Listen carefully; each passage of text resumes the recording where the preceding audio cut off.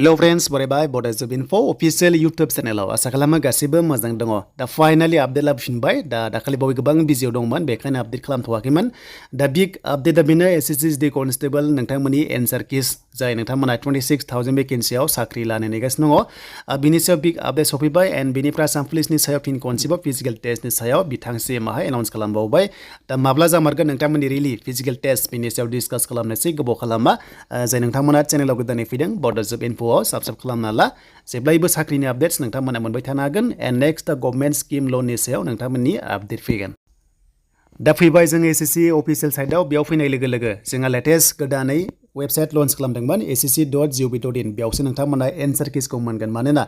ssc.nsa.in आव होनाय जायासै बेखायनो नोंथांमोना बेयाव फैनानै जेब्ला टाइमा जागोन अब्लाथाय नोंथांमोना बेयाव नायनो हागोन स' बोरै चेक खालामनांगौ नोंथांमोना नैबे नटिस बोर्ड मोनदों बिनि गाहायाव एडसे फैबानो जाबाय स' बेयाव फैनाय लोगो लोगो नोंथांमोना लिंक्स मोनदों बेयाव नोंथांमोना एन्सार कियाव क्लिक खालामनांगोन आरो एप्लाइ खालामनोबा बेयाव खालामनांगोन बेनिफ्राय एडमिट नायनोबा बाव आरो लोगोसे रिजाल्टआ बेयाव फैगोन जिदिना दा जों एन्सार किसखौहाय जोङो माब्ला नायनो हागोन बेनो जाबाय रिसेन्टलि एसे सिगाङावहाय होदोंमोन नटिस नाथाय बिथांमोना ट्राइ नायदोंमोन मानोना टेकनिकेल इशु जायो नालाय बेखायनो दायो हाइड खालामथ'बाय दा नोंथांमोननि टाइमा जाबाय 5:30 स' 5:30 PM नि उनावहाय नोंथांमोना लिंकआ एक्टिभ जानाय लोगो लोगो एन्सार किस नायनो हागोन स' एन्सार किस बोरै नायगोन नोंथांमोननि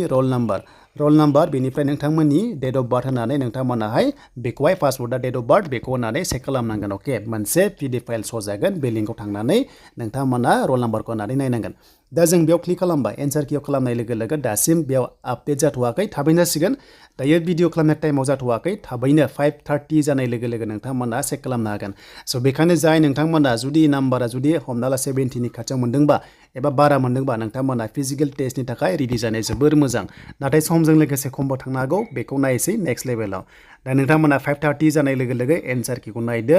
आरो रिजाल्टआ बेयावनो फैगोन नोंथांमोननिया SD कनस्टेबलआ आरो थाबैनो गोदान SD कनस्टेबल नोंथांमोननि साख्रि फैगोन जेराव बांसिन भेकेन्सि थागोन बेयावबो नोंथांमोना एप्लाइखौ खालामनांगोन स' बिनिफ्राय फैबा आसाम पुलिसनि फिजिकेल टेस्टनि सायाव चिफ मिनिस्टारा खनसे आपडेट खालामबावबाय एनाउन्स खालामबावबाय नोंथांमोना गोबां नेगासिनो दङमोन बेनो जाबाय 6000 भेकेन्सि नोंथांमोननि Assam police command ABUB SI लेभेलाव नोंथांमोना APRO लेभेलावहाय नेगासिनो दंमोन दा बे रिलिखौ बिथांमोना बुंगासिनो दङ बारे बारे बेनो जाबाय जुलाइ थ' जुलाइआव कन्डाक्ट खालामसिगोन नोंथांमोननि फिजिकेल टेस्टखौहाय बेखायनो